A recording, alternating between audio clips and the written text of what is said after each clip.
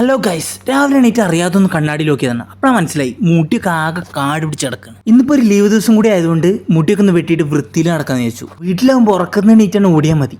പക്ഷെ ഇവിടെ നമ്മളെ ബെഡ് നമ്മളല്ലാതെ വേറെ ആരും വൃത്തിയാക്കാൻ വരില്ല. വലിയ വൃത്തിയൊന്നും ആക്കിയിട്ടില്ലെങ്കിലും നമ്മളെ കൊണ്ടാവണ പോലെ ജസ്റ്റ് ഒന്ന് വിരിച്ച് വൃത്തിയാക്കിയിട്ട് കിട്ടും. 2-3 ദിവസത്തെ തുണിയൊക്കെ അലക്കാണ്ട് കേട്ടോ. ഇവിടുത്തെ വാഷിംഗ് മെഷീൻ കംപ്ലൈൻ്റ് ആയതുകൊണ്ട് ഡ്രസ്സൊക്കെ കൊണ്ടിട്ട് കുറച്ച് ലിക്വിഡ് വെച്ച് ബക്കറ്റിൽ ഇട്ടു.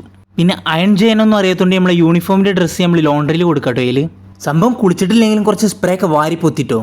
അല്ലെങ്കിൽ ഇതിനെ കുളിക്കും മുടി ചെയ്യുന്നതൊക്കെ ചെയ്യണില്ലേ. നമ്മളെന്തായാലും മുടി വെട്ടാനല്ലേ പോണ്. അപ്പോൾ ഏകദേശം ഇങ്ങനെയൊക്കെ മതി. ഇന്ന് മേക്കപ്പ് ഇട്ടുകൊണ്ടിരുന്നാലേ ഇന്നത്തെ ഒരു പരിപാടികൾ നടക്കൂല.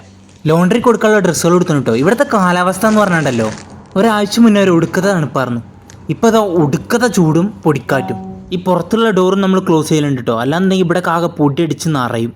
ടൈം ആകെ 9 മണി ആയിട്ടുള്ളൂ. ചൂടിൻ്റെ ഒരു പവർ ഉണ്ടില്ലേ. അപ്പോൾ ഡ്രസ്സ് നേരെ ലോണ്ടറി കൊണ്ടു കൊടുത്ത് കാക്കാനോട് കുറച്ച് നേരം ബംഗ്ലാദേശിൽ സംസാരിക്കും ചെയ്തിട്ടോ. ഇവിടെ വന്നുകൊണ്ട് ഏകദേശം ഭാഷകളൊക്കെ നമ്മളിപ്പോൾ സംസാരിക്കും കേട്ടോ. പ്രവാസി ചെയ്തുകൊണ്ട് അങ്ങനെ കുറേ മെച്ചമുണ്ടായി. ഇപ്പോൾ ഏകദേശം ലാംഗ്വേജുകളൊക്കെ നമ്മൾ മാനേജ് ചെയ്യും കേട്ടോ. പുറത്തിറങ്ങി കഴിഞ്ഞാൽ പിന്നെ നമ്മളെ ഫുള്ള് കസ്റ്റമേഴ്സ് ആയതുകൊണ്ട് എല്ലാവരോടും സംസാരിച്ച് ടൈം പോയത് അറിഞ്ഞില്ല. അവിടുന്ന് നേരെ കറക്റ്റ് വാങ്ങി കുടിച്ചിട്ടോ. ഈ കറക്റ്റിൻ്റെ ടേസ്റ്റ് ഭയങ്കര ഇഷ്ടമാണ്. ഇന്നിപ്പോൾ നേരം വൈകി നീച്ചുകൊണ്ട് രാവിലെ ചായ കുടിക്കാനൊന്നും പോയില്ല. അപ്പോൾ ഇന്നത്തെ ഈ ബ്രേക്ക്ഫാസ്റ്റ് നമ്മൾ ഈ ചായ വെച്ച് അഡ്ജസ്റ്റ് ചെയ്തിട്ടോ. ഇവിടെ നമ്മുടെ നാട്ടുകാരൻ പയ്യൻ തന്നെ കേട്ടോ. അപ്പോൾ ഇന്ന് അവൻ്റെ ഇഷ്ടത്തിന് മുടി വെട്ടിക്കുമെന്ന് പറഞ്ഞു. നമ്മൾ പിന്നെ എങ്ങനെ വെട്ടിയാലും ഗ്ലാമർ ആയതുകൊണ്ടേ ഇതിൽ നമ്മൾ വലിയ കോൺസെൻട്രേറ്റ് ചെയ്യില്ല കേട്ടോ. എന്തായാലും ചക്കൻ വല്ലാതെ കൊളാക്കിയിട്ടൊന്നും വെട്ടിയിട്ടില്ല കേട്ടോ. സംഭവം അടിപൊളിയായിട്ടുണ്ടല്ലേ. ഞാൻ തന്നെ ഇന്നെ കണ്ട അന്തം വിട്ടു. പിന്നെ ഇന്നെ പൊക്കി പറയാൻ വേറെ ആരും ഇല്ലാത്തതുകൊണ്ട് ഞാൻ തന്നെ എന്നെ പൊക്കി പറയാം കേട്ടോ.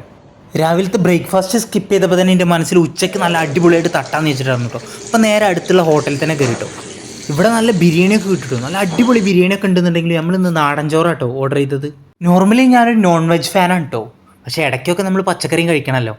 നല്ലൊരു ചീരത്തോരനും മത്തൻ്റെ കറി അച്ചാറും പിന്നെ ഒരു മോരും നല്ല അടിപൊളിയായിട്ടൊരു മത്തി വറുത്തതും മീൻകറി ഉണ്ട്. പിന്നെ ഒരു കുമ്പളങ്ങക്കറിയും പപ്പടും. വേറെ എന്ത് വേണമല്ലേ.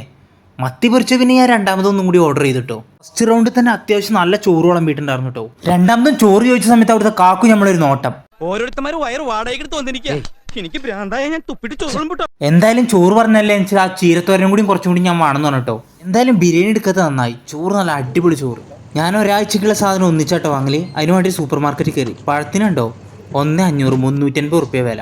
അപ്പം നമ്മൾ നേരെ ഫിലിപ്പിൻ പഴം എടുത്തിട്ടോ. അതിനാകെ 150 റുപ്യ വില ഉള്ളൂ. പിന്നെ കുറച്ച് ആപ്പിൾ എടുത്തു, മാംഗോ എടുത്തു. 2 ദിനാറിൻ്റെ മാങ്ങ 1,400 ഓഫർ ഉണ്ട് കേട്ടോ. ഏകദേശം 300 റുപ്യ.